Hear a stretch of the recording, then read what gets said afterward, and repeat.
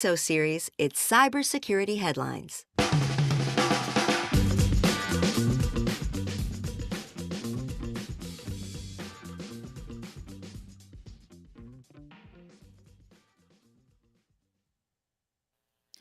Lapsus moves fast, breaks stuff, gets busted. New developments in the cyber war with Russia, and cloud-based email threats outpace ransomware, and AWS has some splaining to do. These are some of the stories that my colleagues and I have been bringing to you on this week's cybersecurity headlines. And now we get a chance for some insight, opinion, and definitely some expertise on these stories and more from our guest, John Procap, the CISO at Success Academy Charter Schools. John, thanks so much for being on the show. Thanks, Rich.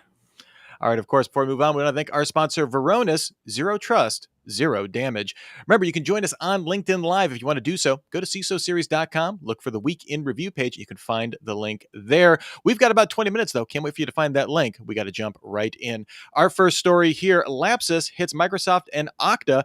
It's gang, and then before the gang gets arrested in their bedrooms, kind of the developing story this week. Lapsus made some news in recent weeks. They hit NVIDIA and Samsung. Then this week, it claimed to have hacked the network of cloud-based security software provider Okta, allegedly gaining access to Okta's entire corporate network, putting customers such as Peloton, Cloudflare, Grubhub, T-Mobile, the FCC, and even Sonos at risk. Next up was Microsoft, who confirmed it had been hacked by the group, but they only gained limited access, although they did get some source code, Microsoft had admitted. Then London police arrested 7 people, ranging in age from 16 to 21. A teenager based in Oxford was suspected of being the group's mastermind. According to Brian Krebs, the teenager purchased DocSpin last year, a site where people can share or find personal information on others before leaking the entire DocSpin data set to Telegram. The DocSpin community retaliated by doxing him. I guess turnaround is fair play. So, John, this caper kind of has all of the classic cybersecurity stereotypes, right? We got, they were all probably wearing hoodies and sitting with, green digits on front of their faces projected all over them. Facts remain, though, they got into some very high profile organizations. I got to say, some enterprising young criminals for these 16 to 21-year-olds. How worried about you are these types of bedroom cybercrime when ransomware gets all of the oxygen in the room, seemingly? And you really have to defend against all sorts of adversaries. And we say this all the time, attribution is hard.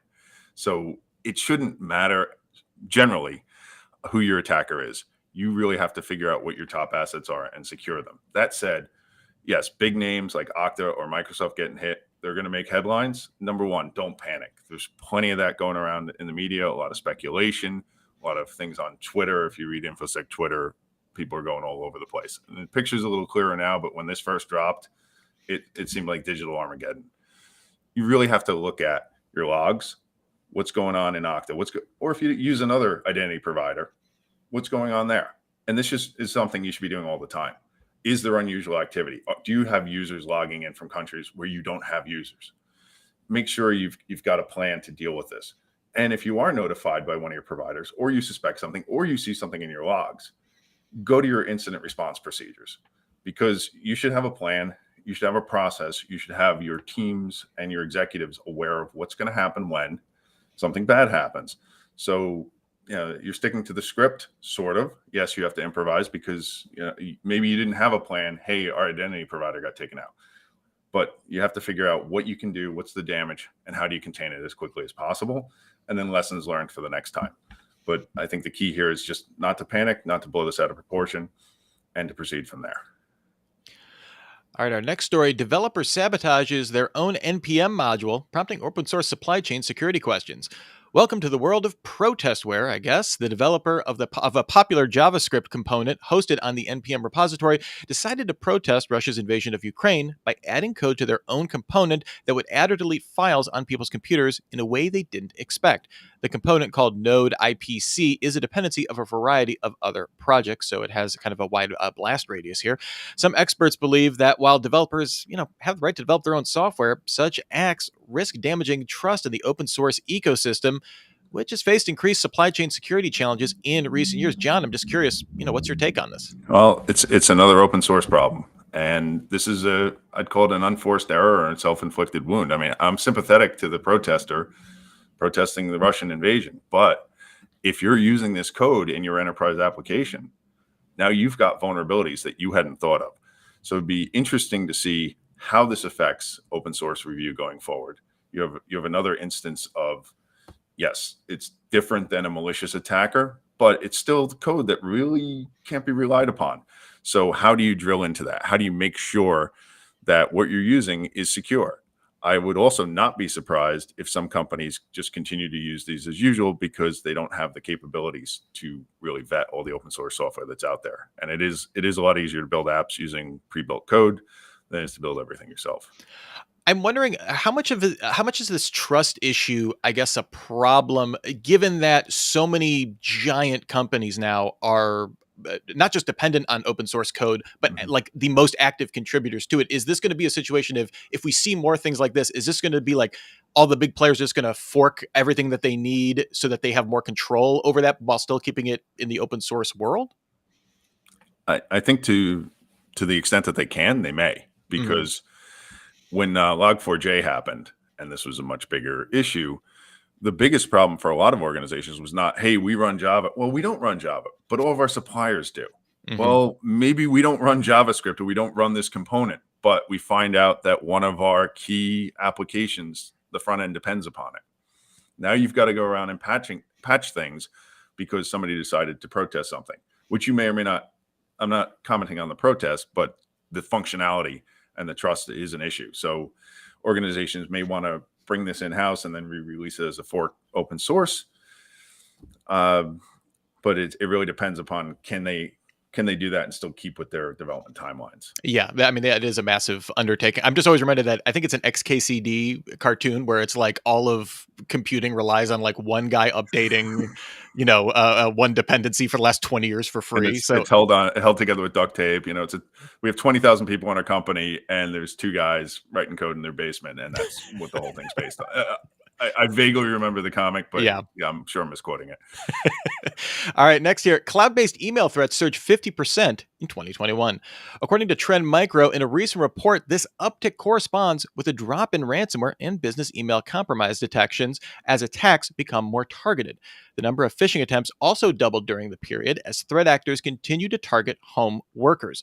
The report also mentions that misconfigured cloud systems were also a critical risk factor in 2021, with AWS Key Management Service, or KMS, and Amazon Elastic Container Service, or ECS, having some of the highest misconfiguration rates. So, John, we got three problems here. First, the fact that phishing still seems like the constant insurmountable problem that it is.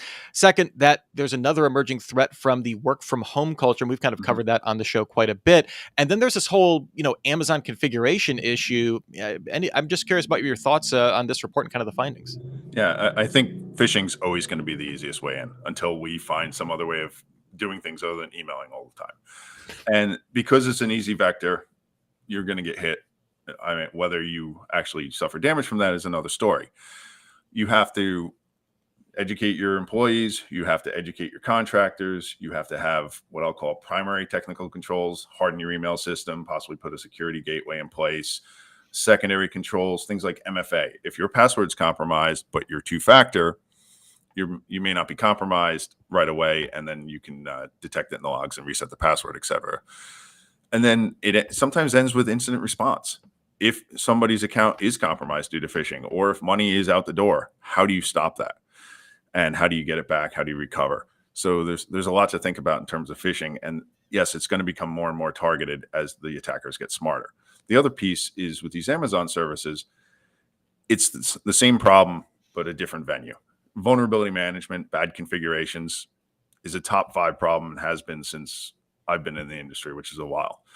And it's basically, you just need to know within your organization, how do these need to be configured for least privilege, proper config, lock them down as best you can, and then continue to monitor. Because if you have a standard for key management and it's only accessible to these 2 accounts through a certain way, make sure that's the only way that gets in place. Make sure developers don't get creative, put a backdoor in, for example, and then it gets out of control and you have these problems again. All right, before we move on to our next story, I want to spend a few moments with our sponsor, Varonis. From the words of a Varonis customer, the first time we got hit with ransomware, it took us weeks to recover. The second time we got hit, it took us 2 hours. Why? Because we had Varonis.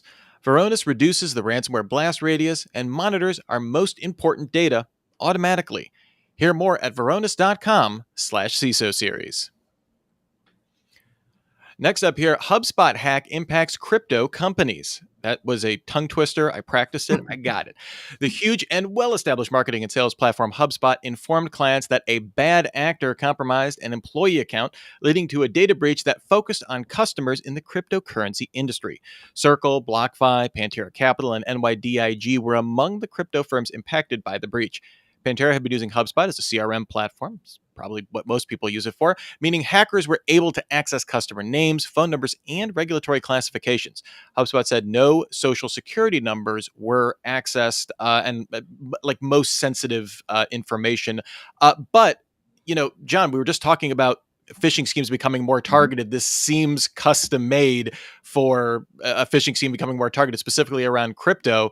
And this whole world already tends to exist on, I guess, on the periphery of people's understandings about data and security. There's a lot of willingness for people to kind of jump into these platforms, specifically, talking about NFTs, and speculative cryptocurrency investments, that kind of stuff. HubSpot is a high profile target and definitely not looking to skewer them specifically in this. Does this kind of angle of this, again, hyper targeted kind of phishing operation raise any red flags for you? Yes, the old phishing campaigns. Hey, if your visa begins with a 4, we may have an issue logging here. Well, everyone's visa begins with a 4 if you have a Visa card. Those sorts of. This is, you have an account on this specific crypto exchange. I know this as an attacker, so I'm going to send you a specific email. So these firms right now, I'm sure, are thinking about their messaging. What do they tell their customers to look out for? How do they tell them to protect their accounts? Are they enabling two-factor and other controls to better protect their customers? Also, a lot of these organizations, and I don't know them that well, but they're newer. They move fast. They're upstarts. They're relatively advanced technologically, but they may not have the most secure security programs. So that's something that they should definitely think about. One, how do we protect ourselves against third-party risk? How do we protect ourselves against our own assets being directly attacked? And what messaging should we be sending to our customers in events like this? Because, if my customer base was out there and I had this sort of sensitive financial data, I'd want them to know, hey, here's what you can do to protect yourself if I were a bank or a financial or crypto platform. Yeah, and especially when a lot of the appeal of cryptocurrency is that it's an open ledger, but it's relatively anonymous. Those kind of things. Just the fact that they can put a name, to a platform, I think has a lot of power to it. And like you mentioned, they got to be really careful with that messaging because keys get out there and the horse can leave the barn before you know it, right? Yeah. And I mean, obviously they're going to want to make sure that the comms and the legal team and their infosec professionals are working together on this and get the right messaging out there. All right, moving on. Russia laying the groundwork for cyber attacks on U.S. infrastructure. Meanwhile, weather and anonymous become significant challenges. I guess we will kind of, again, another one of these big stories around the ever-evolving situation in Russia. So on Monday, the White House warned that the latest intelligence indicates that the Russian government is exploring options for potential cyber attacks on critical U.S. infrastructure in retaliation for sanctions resulting from Russia's invasion of Ukraine. The White House has contacted companies that could be impacted and has also released a fact sheet for organizations to use to harden their own cyber defenses. Things like employee awareness and education, implementing multi-factor authentication, staying current with patching, backing up, encrypting data, performing red team exercises, and updating security tools. We've talked about these in relation to a couple of our other stories already, John. Meanwhile, Anonymous has announced that it's hacked the Bank of Russia and will be releasing 35,000 documents, which actually are supposed to be doing it, I think, during the show right now. So we will see what those reveal. And the European Organization for the Exploitation of Meteorological Satellites, my favorite organization name, has agreed to suspend licenses of Russian users, cutting off access to Western weather data. This adds to an existing ban on data from EU satellites. This is more about meteorological observations. But, we started off the show talking about the teenagers of Lapsus and the havoc they've wreaked. And on the other side of this coin, we're seeing a war now with cyber and global private sectors playing unprecedented roles, kind of on a daily basis here. We're seeing sophisticated hackers like Anonymous apparently causing all kinds of havoc, as an unaffiliated actor, I guess, in this conflict. Do you feel that the White House fact sheet is enough? And I'm just curious, just your thoughts about these updates in general. Well, I don't know that it's enough, but it's definitely a good starting point. And for anyone who isn't already doing all these controls, it's a wake-up call. Yes, Russia has been a threat, on the cyber front, as have other state actors for some time now. But it's like everything else, the squeaky wheel gets the grease, and Russia's in the news right now. I don't think I need to go into why. So if you are not implementing proper security controls, if you're not doing the steps that are outlined in the memo, definitely take a read through that and seriously consider doing everything in that list. The other piece of it is, if you're specifically targeted, how are you monitoring for this? How are you prepping your incident response team? Have you briefed your executive team? Hey, we got a note from the White House. We might be targeted. It sounds, it's not funny, but it's one of those things that definitely gets you on red alert. Also, Anonymous, it's a very interesting organization.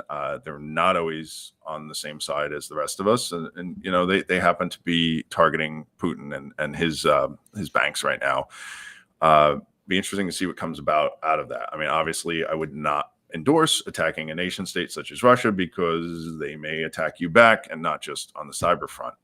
But that's I'm not giving advice to them one way or the other, but curious to see what comes out in those memos and if it has a real impact to the Russian initiative.